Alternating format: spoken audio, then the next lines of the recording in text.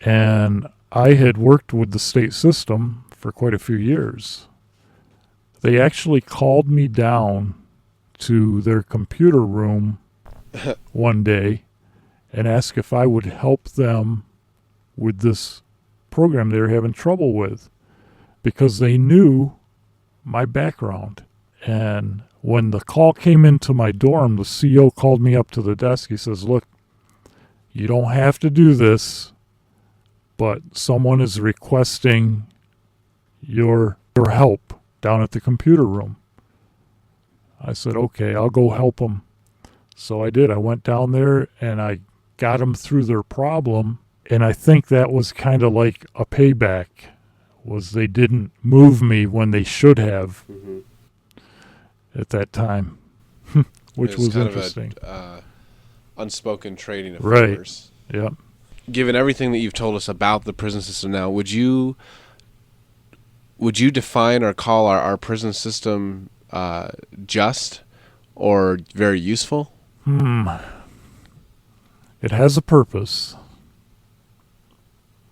I guess maybe to refine the question, does it serve that purpose well, do you think? Do you think it's efficiently handling this ethically, morally? I don't think it handles. I don't think not only the prison system, that's like the last step. Before that, there's the court system. And before that, there's So the whole justice department. right. There's the police and what they do. And there's abuse in every one of the steps along the way. Even in the private sector with the attorneys, there's a lot of abuse in what they do. So is it just? That's a tough one, because there are guys in there that are unjustly treated, and they're there when they shouldn't be there. And do we work off of percentages when it comes to human life? Can I say, well, I only knew a couple guys that shouldn't be there, so yeah, okay, the system works because even though they're trapped in it, we got all these other ones that should be there. Right. I guess, though, also my question would be, even for those guys that should be there, if they're able to, call a hit out on someone, take you out, have you killed, whatever, I mean, are they really being punished? You know what I mean? Like, are we really restraining them, or are we just throwing them in a system where we don't care what they do? They're in their element. I mean, they're doing what they want to do regardless, but they're not in society. So here, society as we know it anyways, I mean, because in the prison system, it's still a society. And it's just a society that we don't care what happens to them. Right. It's out of our view and out of our touch. So they're lower than us. They are enclosed and they can't harm us, or right. So I would say no, it doesn't work as far as being just, because it's like discipline. I probably told Sam this before. Discipline only comes into play when no one's watching. And how many people haven't been caught right for things that are just as guilty as you, but aren't in jail? But many. Now let's talk about, I really want to talk about this now. I guess I wanted to talk about, there's a couple things. One, what can't you do? Obviously there's tremendous effects on your status as a person, quote unquote person. Right. And you have a lot of things that you can't do now that I can do, Dan can do. Yeah, I've lost rights. When you have a felony conviction, you lose certain rights. Some states you lose the right to vote forever. Some states you don't. You only lose it for the time that you're incarcerated or on parole, which is the case here. Since I've completed all of that, I do have the right to vote again. But there are other rights. The right to bear arms, I've lost that. Other rights, certain professions that I can't go into, that I've lost, Not only because of having a felony, but also because of the type of charge, the type of felony restricts me from a lot of things too. I can't list, all of the things or all of the rights. I don't even know. I probably don't even know.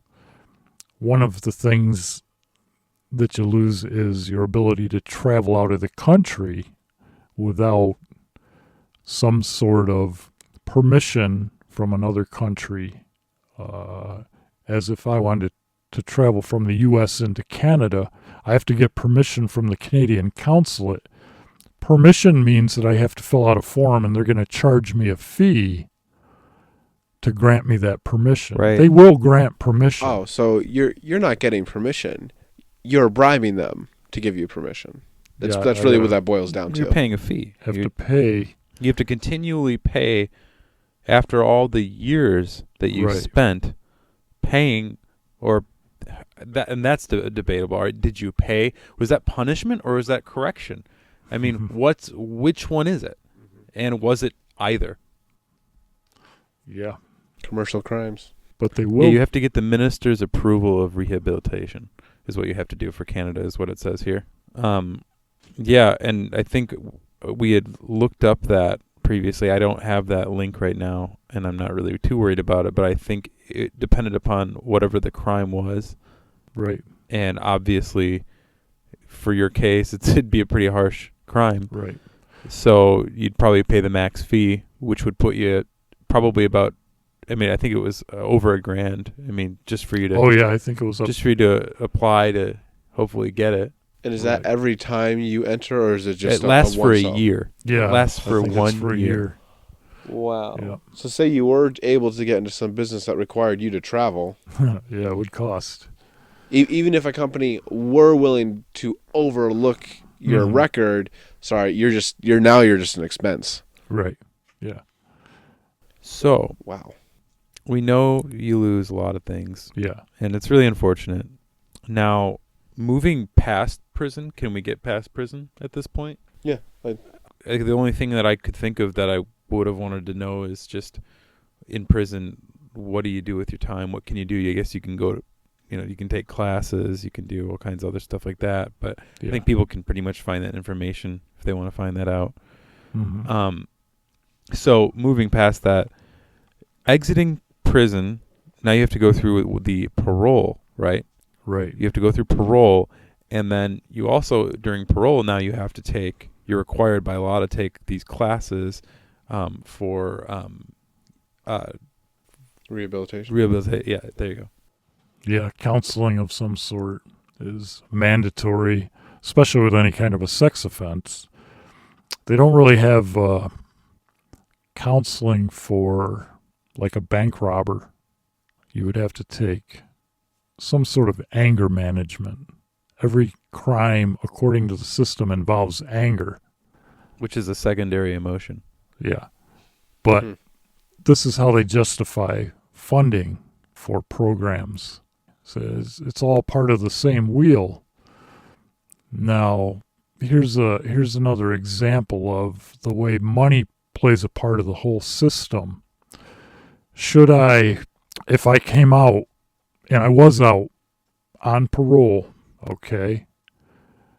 Now, parole, I think maybe in the general public's mind, is a system developed to integrate people coming out of prison back into society, because it's a huge difference.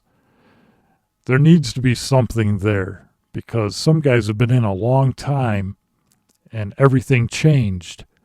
And when they come out, they're in some kind of shock and they can't handle it. There needs to be some kind of integration, and I think that's what people think parole is all about, but they're really not. I had a parole officer that said, My job is not to integrate you back into society. My job is to put you back in prison, which they can do anytime they feel like it. Because when you're violated through parole, which I was, received a violation, and it can be anything. They can say whatever they want because their system, they have their own court. That's right, parole hearings. Within parole, they have a parole hearing. You're entitled to a parole hearing. However, it's their own system. Mm-hmm. They have their own judge who works for the Division of Parole and travels around. They have their own prosecutor who works for the Division of Parole. And then there's you with your parole officer against you. And you can have an attorney. And I hired an attorney, and when she came in to see me, she said, "There's nothing I can do. All we can do is maybe negotiate for the amount of time they will give you for the violation." So there's no defense. Parole is a privilege to let you out of prison under all these rules. But if they don't like, they don't like you being out, they'll put you right back in. Mm-hmm. It's basically what it amounts to. So, and a lot of it, in my experience, has been that they need to justify their positions. They need to keep society believing in them and that they are needed, because when I was violated, what did the general public think I did? A sex crime. This guy was violated by parole. He must have committed another sex crime. Mm-hmm. That's what they think, and that's what they want him to think.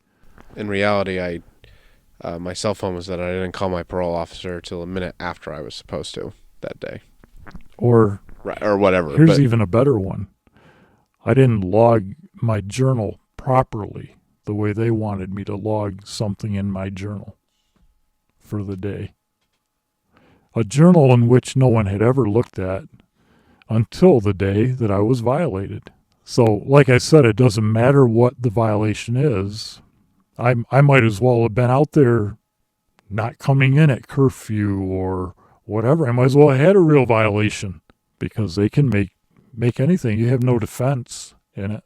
They can say anything they want, and you're going back to jail. That's all there is to it. So, and what I'm getting at here is, okay, so they're justifying their positions, and they can make statistics look any way they want, because let's say let's say they want to key in on sex offenders to make them look a certain way to society, so that gives them lobbying power when they go before state legislatures to create more funding for what they're doing. Right. They can say, out of all the inmates coming out of prison on parole, this percentage of sex offenders violated. Now, who can challenge those violations? Nobody. No one can challenge those violations. Those are documented records. Okay? So, guys had ridiculous violations. When I was violated, I started asking questions about other inmates there. It's amazing that the reasons they were back there, because they originally had a sex charge, and they're back there for stupid things. I mean, it didn't even make sense. So anyways, here's what it does. Now I'm out. I get violated. So I go back through the system, back to the county jail. Now I have a parole hearing, kangaroo court, guilty. We're sending you back up for, let's see, we got 3 years we can play with here. So we're going to send you back up for 2 of those years. And then we'll give you another year of parole when you get out. Okay? This is what they do. So I'm back, go back upstate for 2 more years. Now, I've already been through the sex offender training, whatever it is, in prison, the program, sex offender program, got my certificate, completion, everything's great. Now I'm back on a violation that has nothing to do with anything sexual, and I have to go back through the program again. Why is that?